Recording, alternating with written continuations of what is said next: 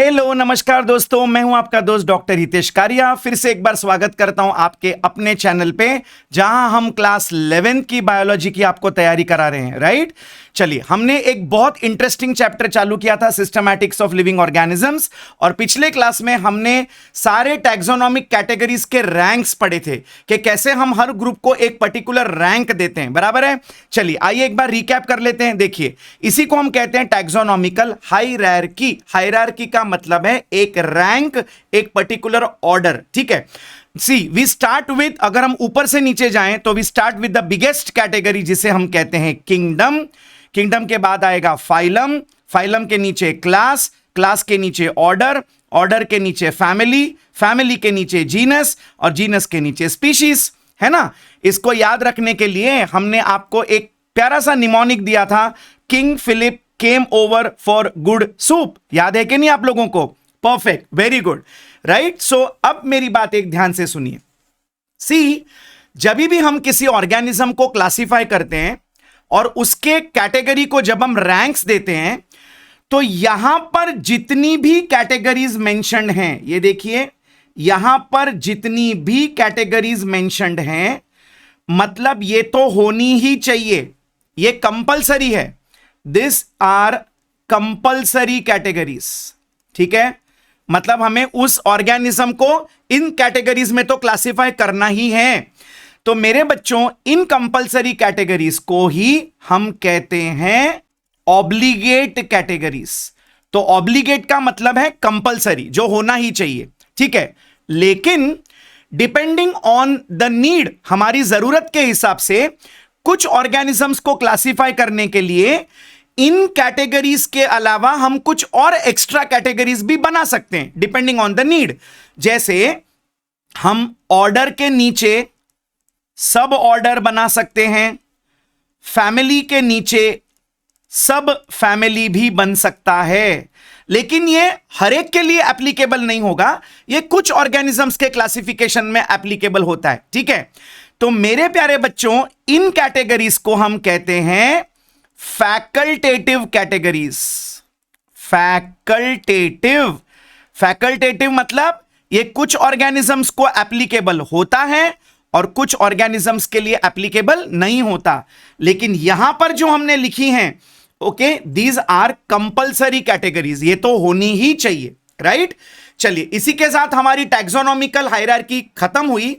अब हम आगे एक बहुत इंटरेस्टिंग कॉन्सेप्ट की तरफ बढ़ रहे हैं, आप लोगों को पढ़ने को मजा आएगा। ठीक है, इस टॉपिक का नाम है nomenclature. As we go ahead you will understand what is this. चलिए, मुझे एक बात बताइए, आप कहीं खेतों में घूम रहे हैं, कहीं जंगल में घूम रहे हैं, कोई खेत में चले गए, कोई फ्रूट के गार्डन में चले गए, तो आपको अचानक एक चीज वहां पर मिली और आप मुझे फोन करके या अपने फैमिली को फोन करके बोलते हो, अरे भाई मेरे को एक चीज मिला, पता है बहुत मस्त है। तो सामने वाला बंदा पूछता है, भाई क्या चीज मिली? अरे वो यार, वो, अरे वो मिला मुझे। अरे क्या वो? अरे वो जो लंबा लंबा होता है, ओके, जिसको दबाओ तो दोनों साइड से जूस निकलता है। बेटा चप्पल खाओगे ऐसा डिस्क्रिप्शन दोगे तो? है कि नहीं? राइट, तो जब भी हमें कोई ऑर्गेनिज्म मिलता है, राइट, तो हम उसको एक नाम देते हैं। तो अब फिर हमें पता चला कि भाई इस ऑब्जेक्ट को गन्ना बोलते हैं। राइट, तो बेटा किसी भी ऑब्जेक्ट को नाम देने का जो सिस्टम है, जो प्रोसीजर है, उसे हम कहते हैं नॉमेनक्लेचर। सी, यहां पर the word nomen means name. Right, it is important to name an object. See, जब आप किसी चीज को नाम दोगे तभी तो आप उसको डिस्क्राइब कर पाओगे, और उसके बारे में अपने आइडियाज कम्युनिकेट कर पाओगे। Do you agree? अच्छा, सिमिलरली समझो, आपको ये एक कोई ऑर्गेनिज्म मिल गया, कोई कीड़ा मिल गया, बोलोगे अरे ये वो है, वो, अरे वो यार, वो जो लाल कलर का होता है, अरे वो, अरे वो क्या खजूर है क्या? खा लेगा क्या इसको? ये दिखने में ये कॉकरोच भी खजूर के जैसा दिखता है, लेकिन हम इसे खा नहीं सकते, हमें पता है भाई ये खाने वाली चीज नहीं है, तो हमने इसे एक नाम दे दिया, हम इसे कहते हैं cockroach. Right, so the system of giving names is called as nomenclature. So how do you define nomenclature? देखिए, the art and science of naming an object is called as nomenclature. चलिए आप समझिए, आप एक क्लासरूम में बैठे, आपको आपके फ्रेंड को बुलाना है, तो आप ऐसे बोलोगे ओए ओए ओए। भाई कितने लोग आपकी तरफ मुड़ के देखेंगे? फिर आप बोलोगे अरे तू नहीं, वो अरे वो अरे वो कौन? सीधा नाम लेके बुलाना, ओ राजू तुझे बुला रहा हूं, राइट? सो जब हम किसी ऑब्जेक्ट को नाम देते हैं तो उसे डिस्क्राइब करना हमारे लिए बहुत इजी हो जाता है, right? So all organisms are known by a particular name. नाम देने के कई तरीके हैं, जैसे हर रीजन में, हर कंट्री में, हर रीजन में हर ऑब्जेक्ट को, हर ऑर्गेनिज्म को वहां के एक लोकल नेम से जाना जाता है, जिसे हम कॉमन नेम भी बोलते हैं, और उसे हम कहते हैं द वर्नाक्यूलर नेम, राइट? चलिए एक एग्जांपल समझते हैं। See there are many organisms which are widely distributed. मतलब अगर मैं आपको एक एग्जांपल दूं, देयर इज दिस प्लांट जिसका नाम है पैंजी, ठीक है? इस प्लांट का कॉमन नेम इज पैंजी, ठीक है? Now this pansy plant is grown in many European and American gardens, ठीक है? यूरोप और अमेरिका के कई गार्डन्स में यह पैंजी प्लांट ग्रो किया जाता है, लेकिन हर जगह उसका अलग नाम है। यूरोप में उसे अलग नाम से जाना जाता है, अमेरिका में उसे अलग नाम से जाना जाता है। तो हमने क्या किया, अच्छा ये जो पैंजी है, वैसे उसका scientific name, the scientific name of pansy plant is viola tricolor L, ठीक है? हम इसको डिटेल में देखेंगे ऐसा नाम इसको क्यों दिया गया है, पर इसका scientific name is viola tricolor. लेकिन region wise, local region wise इसे कई तरह के नाम से, करीब करीब 50 अलग अलग नेम्स से यह पैंजी प्लांट को जाना जाता है। Are you getting my point, right? चलिए अब एक और एग्जांपल लेते हैं। सी अगर हम इंडिया की बात करें तो इंडिया में कितने हजारों लैंग्वेजेस हैं, हर रीजन में एक अलग बोली भाषा यूज होती है। अच्छा, उस भाषा में भी अलग अलग डायलेक्ट है, राइट? भाषा को बोलने का भी अलग तरीका है। लाइक अगर हम महाराष्ट्र में बात करें तो कोंकण रीजन में भी मराठी बोली जाती है, लेकिन अलग डायलेक्ट में। अगर आप सातारा साइड जाएंगे, सातारा कोल्हापुर साइड जाएंगे, तो वहां की मराठी अलग डायलेक्ट में बोली जाती है, राइट? अगर आप विदर्भ साइड जाएंगे तो वहां की मराठी अलग डायलेक्ट में बोली जाती है। So in India there are many languages and many dialects, so the local names differ from language to language and also dialect to dialect. चलिए एग्जाम्पल लेते हैं, हमारा सबका फेवरेट मैंगो फ्रूट, बराबर है? अब मैं आपको एक बात बताऊं, इंडिया में this mango, this particular fruit mango, in Ayurveda, in Sanskrit, it is known by 50 different names, okay? इस एक फ्रूट के 50 लोकल नाम हैं। अगर मैं सिर्फ संस्कृत या आयुर्वेदा की बात करूं तो हम आयुर्वेदा में मैंगो को आम्र भी बोलते हैं, मैंगो को आम्र फलम भी बोला जाता है, मैंगो को रसाल भी बोला जाता है, मैंगो को सहकार भी बोला जाता है। सो जैसे जैसे भाषा बदलती है, जैसे जैसे डायलेक्ट बदलता है, तो ऑर्गेनिज्म का नाम भी बदलता है, राइट? लेकिन अब मुझे बताइए, चलिए इंडिया में, मुंबई में, महाराष्ट्र में आप कहीं भी जाएंगे, आप बोलेंगे मुझे आम चाहिए या मुझे आम्र चाहिए, फिर भी बंदा समझ जाएगा कि आप कौन सा फ्रूट मांग रहे हैं। लेकिन अगर आप चाइना में जाएंगे, आप अमेरिका में जाएंगे, आप यूरोप में जाएंगे, क्या आप वहां पर जाके बोल सकते हैं भाई मुझे 2 डजन आम्र दे दो या आम्र फलम दे दो? भाई वो बोलेगा क्या गाली दे रहा है क्या? ऐसी भाषा में बात करके मुझे समझ में आए, तुझे क्या चाहिए भाई, है कि नहीं, right? So for universal application हमें ऑर्गेनिज्म को एक यूनिक नेम देना बहुत जरूरी है, राइट? तो यूनिक नेम को हम कहते हैं scientific name. Every organism is given such a name, such a scientific name, which is accepted universally, and this helps us to overcome the difficulties that are raised by the common name. अब India में आम कहते हैं, अंबा कहते हैं, लेकिन America में अगर मैं बोलूं मला अंबा पाहिजे, किसी को समझ में नहीं आएगा, राइट? तो scientific names help us to overcome the difficulties raised by the common names. Second, scientific names are very systematic, क्योंकि जो नेम इंडिया में दिया जाएगा उसी नाम से उस ऑर्गेनिज्म को दूसरे देशों में भी जाना जाएगा, है ना? तो scientific names are very very systematic. Then they help us in international communication. अब देखो इसमें क्या हुआ, बहुत मजेदार बात है, ध्यान से सुनिए। पुराने जमाने में जो तरीका यूज किया जाता था साइंटिफिक नेम देने का, मेरे प्यारे बच्चों, उसे हम कहते थे the polynomial system. Now what is poly? Poly का मतलब है मेनी एंड नोमियल मतलब नेम। तो बहुत सारे नाम, मतलब उस ऑर्गेनिज्म के कई कैरेक्टर्स को डिस्क्राइब करने वाले नाम उससे जोड़े जाते थे, राइट? अब सोचो ये कितना कंफ्यूजिंग होगा भाई। आप लोगों को वो धमाल पिक्चर का सीन याद है जहां पर जब वो अन्ना को नाम पूछा गया कि भाई तेरा नाम क्या है? सोचो उसने जो जवाब दिया, भाई पागल हो गए उसके साथ वाले लोग, है ना। उसने कहा मेरा नाम शिव वेंकटा, राजशेखरा, श्रीनिवासना, तिरुचिपल्ली, यज्ञ पेरंबिला, परमबिदुरा, चिन्नस्वामी, मुत्तस्वामी, वेणुगोपाल अय्यर। बेटा ये नाम सुनते सुनते मेरा ये जन्म खत्म हो जाएगा या मैं पक्का बेहोश हो जाऊंगा वहां पे, है कि नहीं भाई? इतना पॉलिनोमियल सिस्टम, पहली बात किसी को याद नहीं रहेगा, दूसरी बात ये कितना कंफ्यूजिंग होगा। चलिए एक बायोलॉजी का एग्जांपल लेते हैं। देयर इज अ प्लांट जिसे पॉलिनोमियल नोमेनक्लेचर में देखो कितना बड़ा नाम दिया गया था। This plant was called as ranunculus, calycibus, retroflexis, pedunculis, falcatis, caule erecto, फोलिस, कॉम्पोसिटिस। Don't worry, आपको ये याद नहीं रखना, मैं सिर्फ ये एग्जांपल देने के लिए बता रहा हूं, ठीक है। अब ये पॉलिनोमियल मतलब कितने सारे नाम दिए गए देखो इस प्लांट को, और ये नाम किस बेसिस पे दिए गए? उसके कैरेक्टर्स के बेसिस पे। जितने कैरेक्टर्स वो शो करता है हर एक का एक नाम ऐड कर दिया गया। तो देखिए अब वो कैरेक्टर, इस नाम का मीनिंग क्या हुआ? The butter cup with bent back sepals, curved flower stocks, erect stems and compound leaves.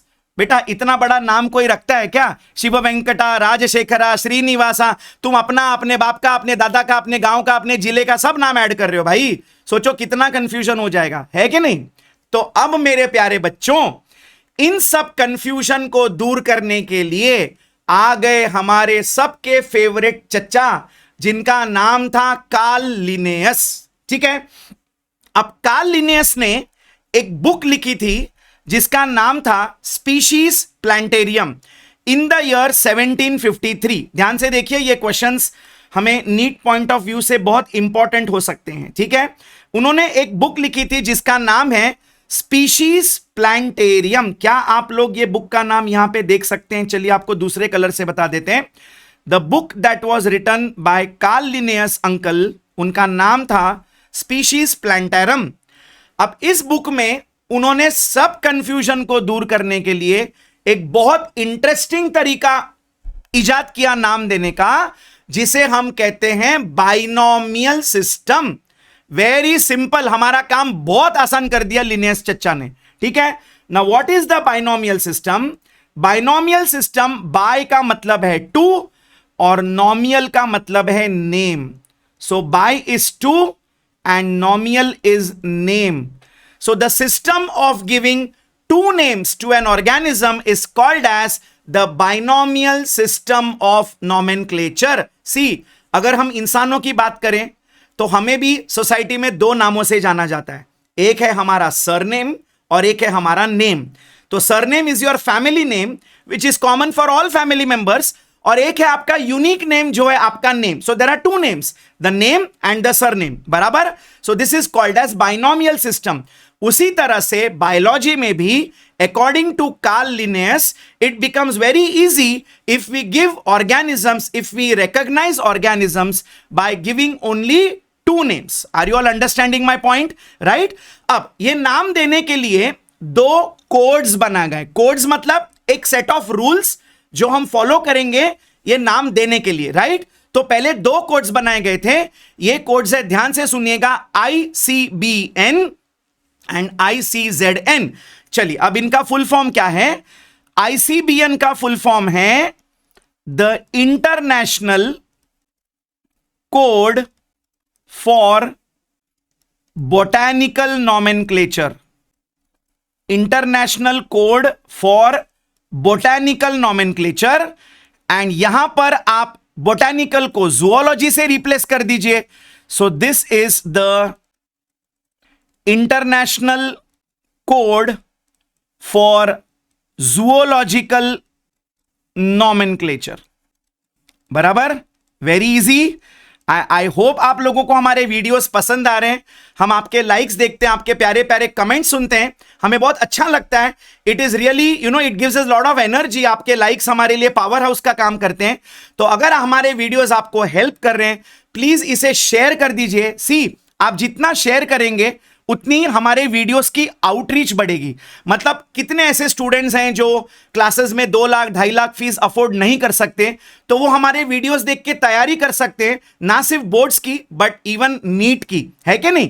So 2 codes बनाए गए। नाउ प्लांट्स को नाम देने के लिए जो कोड बनाया गया मेरे बच्चों, उसे हम कहते हैं international code for botanical nomenclature. So botanical is with respect to plants and zoological is with respect to animals. आई बात समझ में? अच्छा, तो अब अगर इस सिस्टम को हम पकड़कर चलें, बाइनोमियल नॉमेनक्लेचर, चलिए एक एग्जांपल देखते हैं। जैसा कि मैंने कहा, sunflower is the common name. Sunflower को हम हिंदी में कहते हैं सूरजमुखी, मराठी में कहते हैं सूर्यफूल। अच्छा, शायद तमिल में कोई और वर्ड होगा, तेलुगु में कोई और वर्ड होगा, एनी अदर लैंग्वेज में, मतलब अलग अलग लैंग्वेज में इसे अलग अलग नामों से जाना जाता है। तो सब कंफ्यूजन को दूर करने के लिए हमने सनफ्लावर को एक कॉमन बायोलॉजिकल नेम दिया according to the binomial system of nomenclature. तो हम सनफ्लावर को क्या कहते हैं? हम इसे कहते हैं helianthus annuus, right? So the scientific name of sunflower is helianthus annuus. अब देखिए, अब ये वर्ड एक गुजराती को भी अगर मैं बोलूं हेलियांथस एनस, वो समझ जाएगा सर सनफ्लावर के बारे में बात कर रहे हैं। अगर मैं एक तमिल स्पीकिंग बंदे को बोलूं हेलियांथस एनस, क्योंकि मुझे तो तमिल नहीं आती, तो मैं बोलूंगा हेलियांथस एनस, वो समझ जाएगा कि मैं सनफ्लावर की बात कर रहा हूं। अगर मैं एक महाराष्ट्रियन बंदे को बोलूं हेलियांथस एनस, वो समझ जाएगा कि मैं सूर्यफूल के बारे में बात कर रहा हूं, राइट? तो देखिए कितना कंफ्यूजन दूर कर दिया हमारे लिए हमारे लिनियस चच्चा ने, है कि नहीं, राइट? अच्छा, अब एक बात सुनिए, 2011 से पहले the code which was set up to confirm the scientific name for plants, हमने क्या कहा? इसे हम कहते थे international code for botanical nomenclature, है ना? प्लांट्स के लिए जो कोड बनाया गया, जो रूल्स बनाए गए, कोड का मतलब है जो हम कुछ रूल्स बनाते हैं किसी को नाम देने के लिए, राइट? तो जैसे अब देखिए, इंसानों में भी जब नाम दिया जाता है तो हम एक डेट देखते हैं, हम उसका एक नेमिंग सेरेमनी करते हैं जिसे हम मराठी में बारसा कहते हैं। देन हम रूल्स बनाते हैं कि बुआ नाम देगी, उसके कान में नाम बोलेगी, कुछ रूल्स होते हैं कि नहीं, राइट? अच्छा, उसके राशि के ऊपर से हम उसका नाम देते हैं, उसके स्टार साइन के ऊपर से उसको नाम दिया जाता है। तो उसी तरह से प्लांट्स को नाम देने के लिए जो एक रूल्स बनाए गए उसे कहते हैं ICBN, that is international code of botanical nomenclature. लेकिन इसमें सिर्फ प्लांट्स को नाम देने के लिए रूल बनाया गया था, right?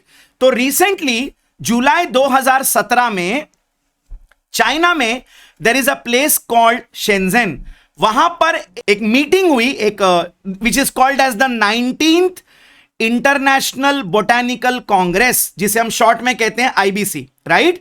It was held in a place called Shenzhen in China in July 2017।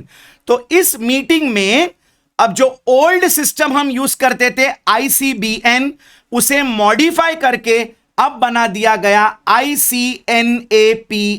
ध्यान से सुनिए, so now it is not called as ICBN, now it is called ICNAFP. Now what is ICNAFP?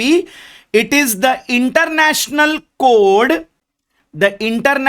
code of nomenclature for algae, fungi and plants.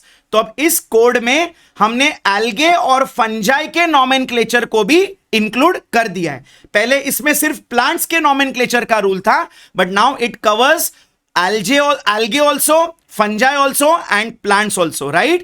तो ये हमें NEET point of view से बहुत important है। So when was this code set up? It was set up in July 2017. Where was it set up? It was set up at a place called Shenzhen in China. What was the name of the body? It was the 19th International Botanical Congress. What was the modification done? ICBN was modified and renamed as ICNAFP, that is the International Code of Nomenclature for Algae, Fungi and Plants. I hope I am clear with this, right? अच्छा, since ये code Shenzhen में modify किया तो इसे हम Shenzhen code भी कहते हैं. It is also called as the Shenzhen code. और इसे पब्लिश कब किया गया? इट वॉज पब्लिश ऑन 26 जून 2018. तो ये मॉडिफाई हुआ था जुलाई 2017 में, ठीक है, जुलाई 2017 में, लेकिन इसे पब्लिश किया गया 26 जून 2018 को. Are you all understanding? Right. चलिए, तो अब आज के बाद हम एक कॉमन पैटर्न फॉलो करते हैं. किसी भी ऑर्गेनिज्म को, कोई भी प्लांट, कोई भी एनिमल, कोई भी फंजाई, कोई भी आल्गे, कोई भी बैक्टीरिया, किसी को भी अगर हमें नाम देना है, now we follow the binomial nomenclature system. लेकिन अब यह सिस्टम में ऐसा नहीं कि आप अपने मर्जी से कुछ भी नाम रख देंगे. अमेरिका वाला बोलेगा मैंने ये बाइनोमियल नोमेनक्लेचर किया है, इंडिया वाला बोलेगा नहीं नहीं हमने तो ये किया है. बेटा, ये सब कंट्रीज में यूनिवर्सली एक्सेप्टेड है. सब कंट्रीज की सहमति से, सब मिलजुल कर यह नाम दिया जाता है. सबके अप्रूवल के बाद यह नाम दिया जाता है. Are you all understanding my point? तो इसके भी कुछ रूल्स हैं. जैसा कि मैंने आपको बताया, इंसानों के केस में हम एक मुहूर्त देखते हैं, हम एक डे देखते हैं, हम उसका स्टार साइन देखते हैं, वो हिसाब से हम उसको नाम देते हैं, राइट? चलिए देखते हैं. There are certain rules for binomial nomenclature. First is the name of the organism is composed of 2 words. Binomial का मतलब ही है देयर विल बी 2 वर्ड्स, लेकिन this 2 names are always given in Latin और Greek. ये जो 2 नाम होंगे वो या तो लैटिन में होंगे या तो ग्रीक में होंगे. हम यहां और कोई लैंग्वेज यूज नहीं कर सकते. So there will be 2 names. चलिए एक एग्जांपल देखते हैं. चलिए मैंगो का ही एग्जांपल ले लेते हैं. अब देखो, उसे अंबा कहते हैं, आम कहते हैं, आम्र कहते हैं, आम्रफलम कहते हैं. कंफ्यूजिंग है ना? चलिए हम एक ऐसा नाम देते हैं जो सब कंट्री के लोग समझ पाएंगे. तो हमने मैंगो को नाम दे दिया मैंजीफेरा इंडिका. अब आप अमेरिका में जाकर बोलोगे मैंजीफेरा इंडिका, वो समझ जाएगा आप आम की बात कर रहे हो. आप चाइना में जाके बोलोगे मैंजीफेरा इंडिका, वो भी समझ जाएगा आप आम की बात कर रहे हो. देखिए हमारा प्रॉब्लम, हमारा कंफ्यूजन कितना सिंपल हो गया, बराबर है? So we give 2 names in Latin और ग्रीक, राइट? अब ध्यान से सुनिए, यहां पर जो जेनेरिक नेम है, इसको थोड़ा नीचे लिख लेते हैं एक बार, so that it will be easy for you to understand. Okay, यहां पर हम फिर से लिख लेते हैं. It is called as mangifera indica. अब ध्यान से देखिए, हमने क्या कहा? ऑर्गेनिज्म को 2 नाम देते हैं, लेकिन किस बेसिस पे? ध्यान से सुनिए. अब यहां पर मेरे प्यारे बच्चों, जो फर्स्ट नेम है मैंजीफेरा, यह है उसका जीनस नेम, ठीक है? और जीनस नेम को हम कहते हैं जेनेरिक एपिथेट. एपिथेट का मतलब है name. Epithet is nothing but a name, ठीक है? So the generic epithet means the name of the genus. और ये जो इंडिका नाम है मेरे प्यारे बच्चों, ये है इसका species name. Are you all understanding? So the first name is the genus name and the second name is the species name. अब यहां पर कुछ रूल्स हैं, ध्यान से सुनिए. जीनस नेम हमेशा पहले आएगा and it will begin with a capital letter. So when we write the word Mangifera, M will be capital. The genus name always starts with a capital letter and it is written first. चलिए अगला rule, the specific epithet. Specific epithet का मतलब है the name of the species, ठीक है? Specific epithet is the species name जो उस species को describe करता है. It's an adjective which describes that particular organism. So that should come later. So the second name is the species name and it should begin with a small letter. तो यहां पर जब आप Mangifera indica लिखेंगे, the word indica will start with small I. So remember, the genus name always starts with a capital letter and the species name always starts with a small letter. Are you all understanding my point? Absolutely clear? आगे बढ़ते हैं. Now the third rule, the scientific epithet must be underlined separately if hand written. मतलब अगर आप उस organism का नाम हाथ से लिख रहे हैं तो आपको ये दोनों नाम को सेपरेटली अंडरलाइन करना है। आप उसको एक कॉमन अंडरलाइन नहीं कर सकते। मैंजीफेरा को अलग अंडरलाइन करना है, इंडिका को अलग अंडरलाइन करना है। Are you all understanding? चलिए, अगर हम लिखे हमारे ह्यूमंस का नाम होमो सेपियंस, तो देखिए homo is the genus name, sapiens is the species name. So H will start with capital letter and S will be small letter and both will be underlined separately if you are writing it. लेकिन अगर आप उसे type कर रहे हैं, print कर रहे हैं, तो हमें इसे इटैलिक्स फॉन्ट में प्रिंट करना पड़ेगा. You know the cross font italics, right? So see, this is how we will write. If this is how we will type if you are typing it or printing it. अच्छा, अगर आप उसे print करते हैं आपको underline करने की जरूरत नहीं है. अंडरलाइन तभी करेंगे जब हम उसे हैंड रिटन तरीके से लिखेंगे. Are you all getting my point? Absolutely clear. चलिए आगे बढ़ते हैं. अगला जो रूल है, the generic and specific epithet, मतलब ये जीनस का नाम और स्पीशीज का नाम should not have less than 3 letters and more than 13 letters. ये जो नाम आप लिखेंगे वो 3 लेटर से छोटा नहीं होना चाहिए और 13 लेटर से बड़ा भी नहीं होना चाहिए. Now one very important point, usually जिस ऑथर ने उसे ये नाम दिया, हम उस ऑथर का नाम या तो फुल फॉर्म में या एब्रीवेटेड फॉर्म में उसके बाजू में लिखेंगे. चलिए एग्जांपल, मैंजीफेरा इंडिका ये नाम दिया था हमारे लिनेयस चचा ने, तो हम क्या लिखते हैं? Mangifera indica L. यहां पर एल स्टैंड्स फॉर लिनेयस. तो यूजुअली जिस ऑथर ने इसे नाम दिया है उन्हें क्रेडिट देने के लिए हम उस ऑथर का नाम भी साथ में लिखते हैं. या तो फुल लिखेंगे लिनेयस या हम सिर्फ लिखेंगे कैपिटल एल. अच्छा, एल को अंडरलाइन नहीं करना, you will just underline Mangifera indica. In fact आपको एक बात बताऊं, ये जो हमारे लिनेयस अंकल हैं, इनका एक्चुअल नाम आपको पता है क्या था? इनका एक्चुअल नाम था कार्ल वॉन लिन. लेकिन ही was so crazy of about this binomial nomenclature system, उन्होंने ये सिस्टम डिवाइस किया था, right? He was so crazy कि उन्होंने अपना खुद का नाम भी बाइनोमियल नॉमेनक्लेचर के सिस्टम से कर दिया और आज हम दुनिया में उनको वही नाम से जानते हैं. So he changed his name to Carolus Linnaeus. Are you all understanding? He was so crazy behind giving the binomial nomenclature कि उन्होंने अपना खुद का नाम भी कैल वॉन लिन से बदलकर कैरोलस लिनेयस कर दिया. Are you all getting my point? So the binomial nomenclature system was given by Linnaeus और उन्होंने कहा कि हम 2 नेम देंगे, the genus name and the species name. Genus name starts with capital letter, species name starts with small letter. अगर हम उन्हें hand written लिखेंगे तो अलग अलग अंडरलाइन करेंगे, लेकिन अगर हम टाइप करेंगे तो इटैलिक्स में टाइप करेंगे, right? Absolutely clear. So that is how we write Mangifera indica L, where Mangifera indica represents mango and L represents the name of the author, that is Linnaeus, right? चलिए आगे बढ़ते हैं. अब आपके text book में we are coming to the end of nomenclature, जहां पर एक सेक्शन में एक क्वेश्चन दिया गया है, कैन यू टेल. चलिए इसे डिस्कस कर लेते हैं. Why horse and ass are considered to be two different species?